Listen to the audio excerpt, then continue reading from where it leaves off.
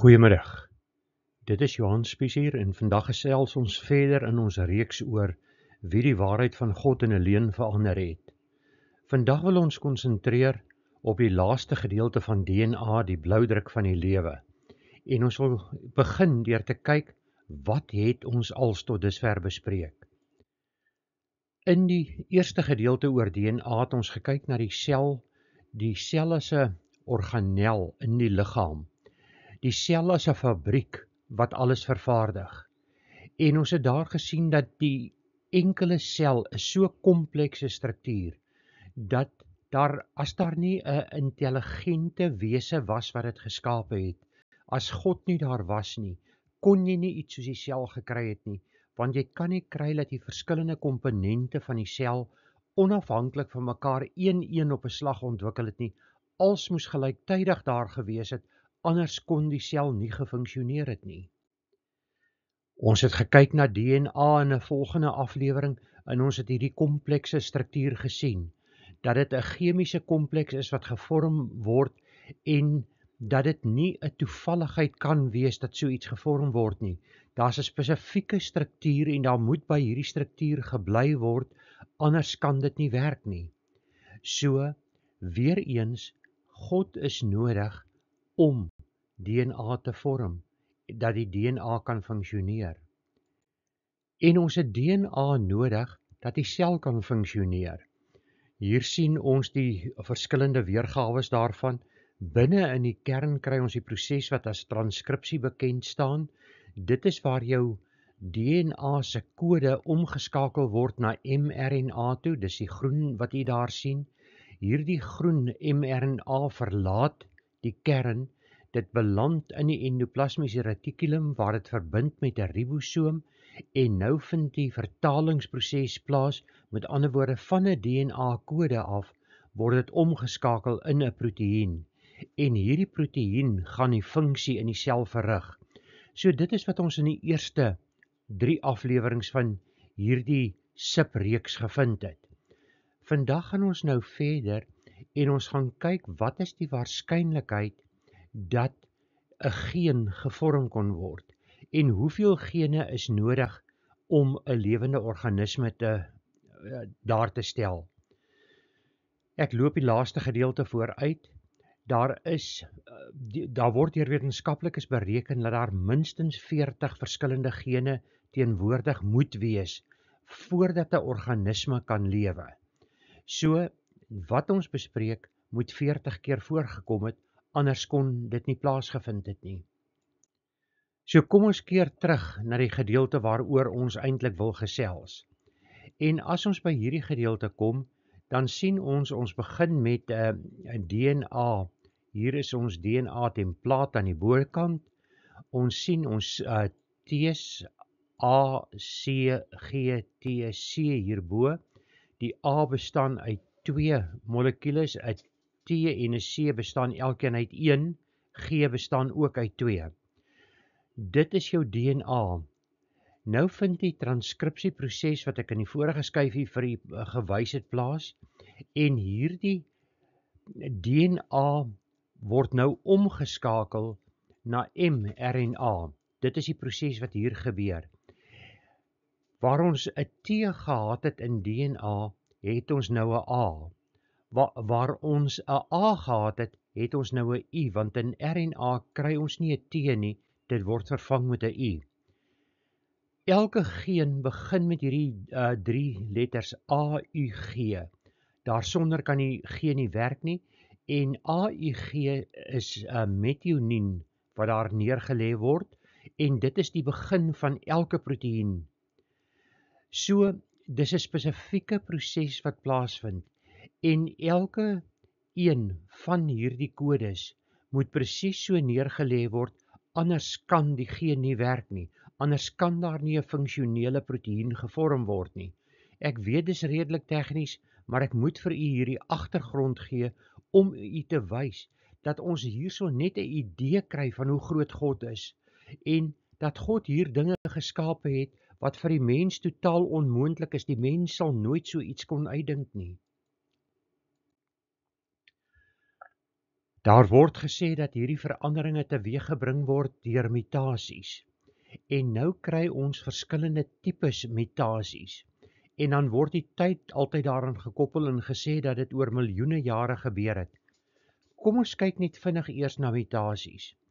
Ons het aan die linkerkant sin, en ek het hierdie sin saamgestel uit woorde wat uit 3 letters bestaan, omdat die kode elke keer 3 is.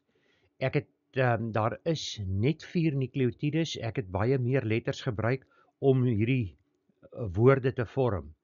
So in ons oorspronklike sin lees ons, die kat glo dat dit wit sal bly.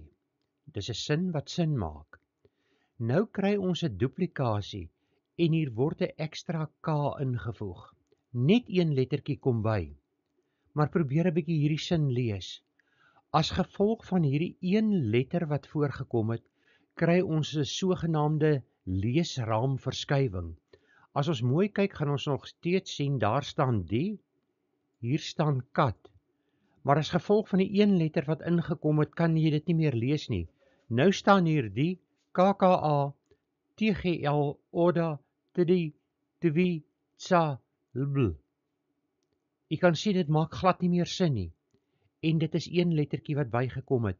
En dit is wat puntmutasie doen as daar 'n invoeging is, 'n duplikasie. Maar dieselfde gebeur as daar 'n delesie is. Kom ons sê hierdie selfde K wat ons 'n paar oomblikke terug nog hier gehad het, verdwyn.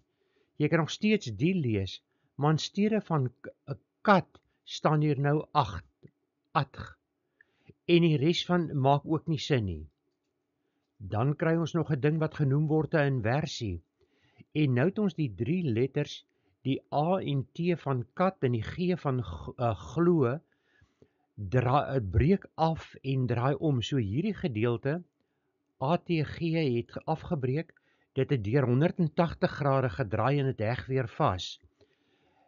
Nou het ons 'n woord wat sin maak, 'n woord wat nie sin maak nie, nog 'n woord wat nie sin maak nie, en dan maak die res weer sin, dat dit wit sal bly. Maar hierdie gedeelte is onleesbaar en is nie funksioneel nie. Met 'n translokasie kry ons weer laat 'n gedeelte afbreek. Ons vat hierdie selfde AT en G waarvan ons gepraat het. Dit breek af en nou staan hier die klo dat dit wit saag bly. Weereens maak dit nie sin nie. Puntmutasie is dan laat net een letter vervang word. So nou lees ons die lat glo dat dit wit sal bly. Bo was dit 'n kat, nou is dit 'n lat. Puntmutasie is die beste kans dat so iets kan voortbestaan. Maar dit is net een van 5 verskillende vorms van mutasie wat kan voorkom. So u kan sien dat die meeste tipes mutasies lei na onsin. Dit lei nie na iets niets nie. Ons weet nie of 'n lat so iets kan doen nie. Goed, ons glo 'n kat kan ook nie glo nie, maar ek dink 'n lat kan nog minder glo as wat 'n kat kan glo. 'n Kat glo daarom minstens dat jy hom gaan kos gee. So, mutasies maak nie sin nie. Maar om sin te gee daaraan, kom jou evolusionis en hy ken duisende en miljoene jare toe, waarin hierdie goed kon gebeur het, dat daar toevallig iets ontstaan het wat reg is. Iets waarmee ons as Christene nie kan saamstem nie. Kom ons kom by die mens. Dis 'n swak karyotipe wat ek hier wys. 'n Karyotipe is die mens se kromosome voorgestel. Ons kry die eerste 3, die A-groep daar, dan het ons die 2 van die B-groep, dan begin die C-groep hierso, maar dit gaan aan tot by kromosoom 12. Ons het die D-groep daar ensovoorts. So dit is die verskillende kromosome in die mens. Maar hierdie kromosome is baie belangrik. Onthou wat ons al in die verlede gesê het, 'n kromosoom bestaan uit digespiraliseerde DNA. Nou kry ons dat 'n klein stukkie hier op kromosoom 5, die een links van die kol wat ek nou geteken het, breek af. As daardie stukkie afbreek, dan kry jy 'n afwyking wat voorkom in die mens. Dit word die Cri-du-Chat-sindroom genoem. En hierdie Cri-du-Chat-sindroom veroorsaak iemand wat verstandelik vertraag is en wat daar baie fisiese verskille in die liggaam kom en is 'n klein stukkie van een van hierdie 46 kromosome wat afgebreek het. Ons het reeds daarna verwys en ons gaan in die toekoms nog daarna verwys. As jy 2 X-kromosome het, is jy 'n vrou, en as jy 'n X en 'n Y-kromosoom het, soos in hierdie geval, is dit 'n man. Ons kyk na die baie bekende geval van Down-syndroom, mongolisme. Daardie persone het 3 nommer 21 kromosome. So kry ons mense wat nommer 18 kromosome het, Edwards-syndroom. Net so kry ons 313 Spatow-syndroom. So die oomblik as daar met die kromosome gepeter word, dan wyk die persoon af. Dit is nie meer 'n normale persoon nie, en Spatow en Edwards-syndroom sterf gewoonlik baie vinnig. Selfs die lewensverwagting van 'n Down-syndroom is nie so goed as die van 'n mens wat die normale kromosoomkomplement het nie. Down-syndroom kry jy mense wat redelik oud word, maar die gemiddelde ouderdomsverwagting is minder as wat dit by die ander mense is. So die oomblik as daar met die DNA gepeter word, is daar dinge wat gebeur in die mens, wat veranderinge teweegbring, wat maak dat die mens nie meer so lewensvatbaar is, om dit so te stel nie. So hierdie mutasies wat gebruik word om te sê, dit skep die variasie dat daar iets beter kan kom. In die gevalle wat ons sien by die mens, is dit eintlik 'n verswakking wat voorkom. Dis definitief nie 'n geval van survival of the fittest nie. Daar is nog nie 'n kromosoomverandering beskryf wat wys dat hierdie persoon beter aangepas is by die lewe as die res van die mense nie. So die hele redenasie waarop evolusie gebaseer is, val plat hiermee. Dit bring ons by hierdie waarskynlikhede. Ons het gesien dat daar 3 letters is wat die kode vorm. Ons vat hierso TAC en CGT. As ons net kyk na die TAC, wat is die waarskynlikheid dat ons 'n T in die middel gaan kry? En ons het net nou gesien, die T word as 'n A vertaal, en ons moet AUG as die eerste kode kry om metionien daar neer te lê, anders kan die G nie werk nie. Ons sit met 4 verskillende simbole wat kan voorkom, 'n T, 'n A, 'n C en 'n G. So vir die T om hier te wees, is daar 'n 1 uit 4 kans.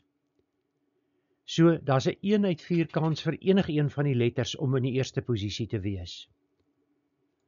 As ons verder gaan en ons kyk na die eerste 3, met ander woorde die eerste codon, dan is daar 'n 1 uit 4 kans vir die eerste letter om reg te wees, 'n 1 uit 4 vir die tweede letter, 'n 1 uit 4 vir die derde letter. So as ons byvoorbeeld in 'n spesifieke posisie 'n T, 'n A en 'n C moet kry, is dit die waarskynlikheid om 'n T te kry, die waarskynlikheid om 'n A te kry, die waarskynlikheid om 'n C te kry. Elke waarskynlikheid is 'n kwart. En nou werk ons met waarskynlikhede. So die kans om 'n T te kry, 'n A te kry en 'n C te kry, is 'n kwart maal 'n kwart maal 'n kwart. Met ander woorde, 'n kwart tot die derde mag, of 1 uit 64 kans. En nou het ons net 1 codon reg. Die kortste geen wat ons seker kry is min of meer 100 aminosure wat neergelê moet word. Jy kry gene wat oor die 2000 codons lank is. So wat is die waarskynlikheid dat ons so iets kan kry? As ons hierdie hele som doen, ons het nou gesien, om 100 aminosure te kry, het ons 300 nukleotides nodig. En as ons dit uitwerk, dan sit ons met 'n kwart tot die mag 300. Of 0.25 tot die mag 300 gee vir ons 2.41 maal 10 tot die mag min 181. Nou om u 'n idee te gee van hoe klein hierdie getal is.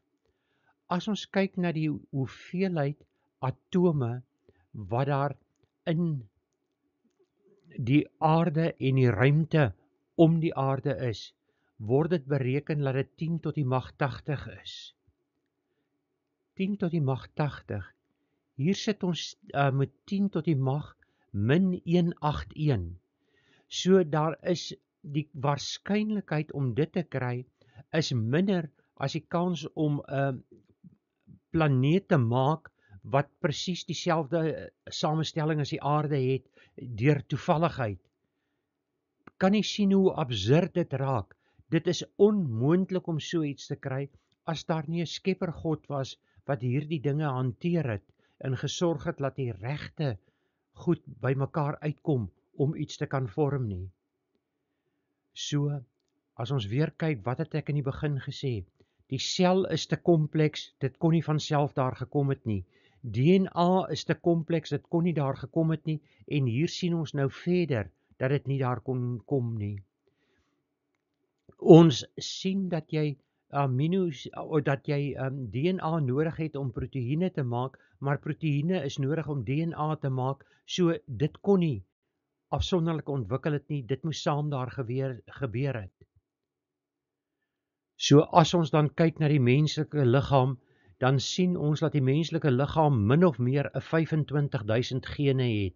En hierso probeer hulle vir ons beskryf, hoeveel gene het ons wat doen, en hoe dit by mekaar aanpas. Dit is 'n onmoontlikheid dat so iets van self kan ontstaan het. As daar nie 'n skepper God is, wat hierdie dinge gemaak het, dat dit so kan wees nie, dan kan dit nie gebeur nie. God het 'n doel gehad met die mens. Hy wou die mens op aarde plaas om iets spesifieks te doen. En daarom het hy jou gemaak soos wat jy is. Jy is niks anders as wat God jou wou gehad het nie.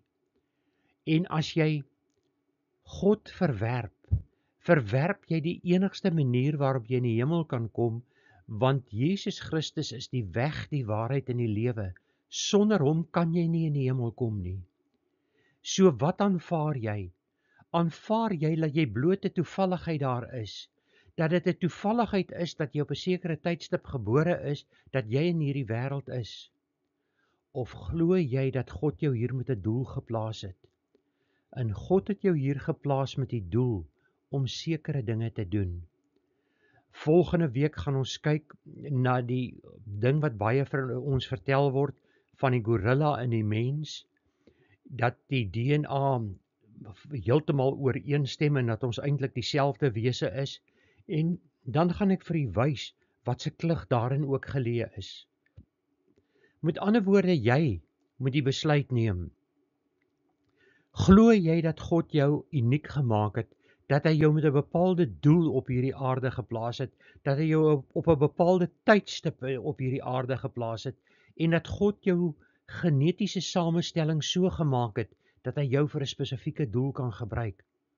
Of glo jy dat jy 'n produk is wat bloot toevallig hier gekom het? Met ander woorde, jou lewe is niks werd nie, want dit is nie God wat jou hier geplaas het nie. Jy's niks meer werd as 'n dier nie. En dit is waar die probleem inkom met evolusie. Evolusie breek die grense van God af. En evolusie verwerp God. Wat glo jy? Glo jy dat God gesê het en dit was daar?